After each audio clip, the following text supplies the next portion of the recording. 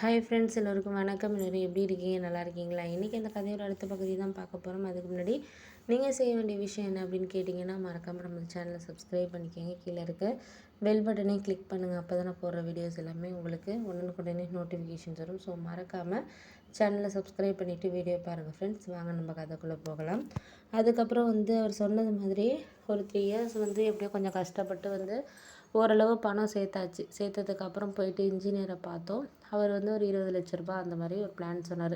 ஒரு 2 ரூம் வச்சு ஓரளவு நார்மலாக ஒரு வீடு கட்டுறதுக்கு எந்த அளவுக்கு ஆகும் அப்படிங்கிற மாதிரி சொன்னோன்னே அவர் சொன்னார், இது மாதிரி நான் ஒரு 20 லட்ச ரூபாய்க்கு பிளான் இருக்குது பாருங்கள் அப்படின்னு சொல்லிட்டு காட்டினார். ரொம்ப எங்களுக்கு பரவாயில்ல இருந்துச்சு. மிஞ்சி போனால் ஒரு 18, 19க்குள்ளேயே முடிச்சிடலாம், ஒன்றும் பிரச்சனை இல்லை அப்படின்னு சொன்னார்.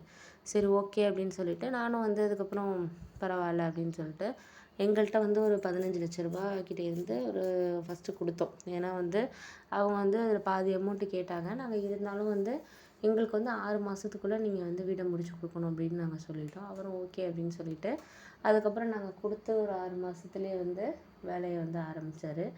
ஆரம்பித்து நான் கொடுத்து மறுநாளே ஆரம்பித்து 6 மாதத்தில் முடிச்சிட்டேன். நாங்கள் ஏன்னா அதுக்குள்ளே இன்னும் கொஞ்சம் ஒரு 5 லட்ச ரூபா 6 லட்ச ரூபா நம்ம சேர்த்தோன்னா கொஞ்சம் ஒரு காரும் வாங்கிடணும் அப்படின்னு சொல்லிட்டு நான் நினச்சிக்கிட்டே இருந்தேன். எனக்கு கார் வாங்கணுங்கிறது ரொம்ப நாள் ஆசை அப்படின்னு தான் சொல்லணும். அதுக்கப்புறம் சரி ஓகே பார்த்துக்கலாம் அப்படின்னு சொல்லிட்டு அதுக்கப்புறம் நான் ஒரு சில விஷயங்களை என்றைக்குமே நம்ம ஒரு விஷயம் செய்கிறோம் அப்படின்னு சொன்னால் அது எல்லாமே சரியாக இருக்குமா அப்படின்னு சொன்னால் நம்மளுக்கு கரெக்டாக சொல்ல தெரியாது. சில விஷயங்கள் சரியாக அமையும், சில விஷயங்கள் சரியாக அமைகிற மாதிரி இருக்கும். அதுக்கப்புறம் கூட நம்மளுக்கு அதில் கஷ்டங்கள் இருக்க தான் செய்யும். அது எல்லார் லைஃப்லேயும் இருக்கிறது தான். இல்லாத விஷயம்னு நம்ம எதுவுமே சொல்ல முடியாது. அப்படிங்கிறதுனால சரி ஓகே நம்ம பார்த்துக்கலாம் அப்படின்னு சொல்லிட்டு அதுக்கப்புறம் நான் என்ன பண்ணேன்னா, ச நான் இதுக்கப்புறம் இன்ஜினியர்கிட்ட கொடுத்து ஓரளவு வேலையெல்லாம் ஆரம்பித்தாங்க. அதுக்கப்புறம் என் கையில் ஒரு 5 லட்ச ரூபாய் பணம் இருந்துச்சு. ஏன்னா என்கிட்ட இருந்த 20 லட்ச ரூபாயும் அவங்கள்ட்ட கொடுக்கல.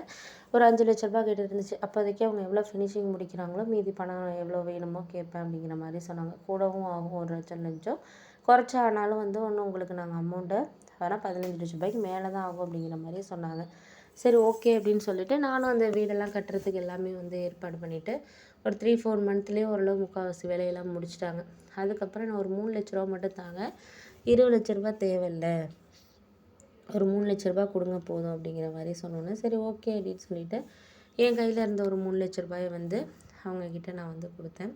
ஓரளவு அந்த 6 மாதத்துல எங்களுக்கு எல்லாமே ஃபினிஷிங்கெல்லாம் பண்ணி கொடுத்தாங்க. அம்மா வீடு கட்ட போகிறோம் அப்படின்னு சொன்னோன்னே எங்கள் அம்மா ஏது பணம், இவ்வளோ பணம் ஏது உங்களுக்கு வீடு கட்டுறதுக்கு? நான் சொல்லிட்டேன், லோன் போட்டிருக்கோம்மா, மாதம் ஒரு 20,000 கட்டுற மாதிரி, ஏன்னா ரெண்டெல்லாம் அதிகம் இருக்கிறனால எங்களால் கொடுக்க முடியல அப்படின்னு இப்படி தான் போய் சொன்னோம். என் ஹஸ்பண்ட்கிட்டையுமே நான் சொல்லிட்டேன், நீங்கள் அம்மா கேட்டாங்கன்னா லோன் போட்டு வீடு கட்டுறோன்னே சொல்லுங்கங்க, நம்ம 2 பேரும் சேர்ந்து லோன் போட்டிருக்கோம் அப்படின்னே சொல்லுங்கள், அவங்கக்கிட்ட நீங்கள் எந்த உண்மையும் சொல்ல வேணான்னு சொன்னேன். அவர் கூட கேட்டார், ஏன் அத்தைக்கிட்ட என்னத்துக்கு போய் சொல்கிறேன், என்ன விஷயம் அப்படின்னு அவர் கூட என்னை கேட்டார். நான் சொன்னேன், அதெல்லாம் ஒன்றும் இல்லைங்க, நான் சொல்கிறத நீங்கள் கேளுங்க அப்படின்னு சொல்லிவிட்டு நான் அதுக்கப்புறம் சொன்னேன், இது மாதிரி லோன் போட்டு நீங்கள் வீடு கட்டுறோன்னே அவங்கக்கிட்ட சொல்லுங்கள், அதை தவிர எந்த ஒரு விஷயத்தையும் நீங்கள் சொல்லாதீங்க அப்படின்னு சொன்னேன். சரி ஓகே அப்படின்னு சொல்லிவிட்டு அவருமே எங்கள் அம்மாக்கிட்ட அவருமே சொல்லியிருக்காரு. ஏன்னா எங்கள் அம்மாவும் அவங்கள்ட்டையும் கேட்டிருக்காங்க, ஏன் மாப்பிள்ளை இப்போ லோன் போட்டு வீடு கட்ட வேண்டிய அவசியம் என்ன அப்படிங்கிற மாதிரி கேட்டாங்களாம். அதுக்கு இவர் சொன்னார், வாடகைலாம் அதிகம் ஆகிட்டு 10,000 இப்போ 12,000 ஆக்க போகிறேன்னு சொல்கிறாங்க, லோன்னா கூட நாங்கள் இன்னொரு 7,000 8,000 கூட போட்டு ஒரு 5 வருஷத்தில் கட்டி முடிச்சிடுவோம், வாடகைக்கு இருந்தோன்னா எங்களுக்கு ரொம்ப கஷ்டமாக இருக்குது அப்படின்னு சொன்னேன். சரி சரின்னு சொன்னாங்க போல இருக்குது.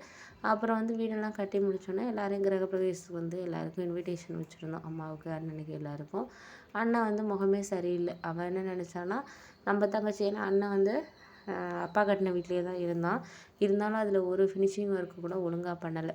ஏன் அப்படின்னா அவன் பிஸ்னஸ்லேயே கிட்டத்தட்ட 50 லட்ச ரூபாய்க்கு மேலே இத்தனை வருஷத்தில் லாஸ் பண்ணிட்டு தான் அவன் இருக்கான். ஆனால் அம்மா அவனை சப்போர்ட் பண்ணி இன்னுமே வீணாக்கிட்டு தான் இருக்கிறாங்க. அது நான் எவ்வளோ சொல்லி பார்த்தாலும் அவங்க அதை ஏற்றுக்கிற மாதிரி இல்லை.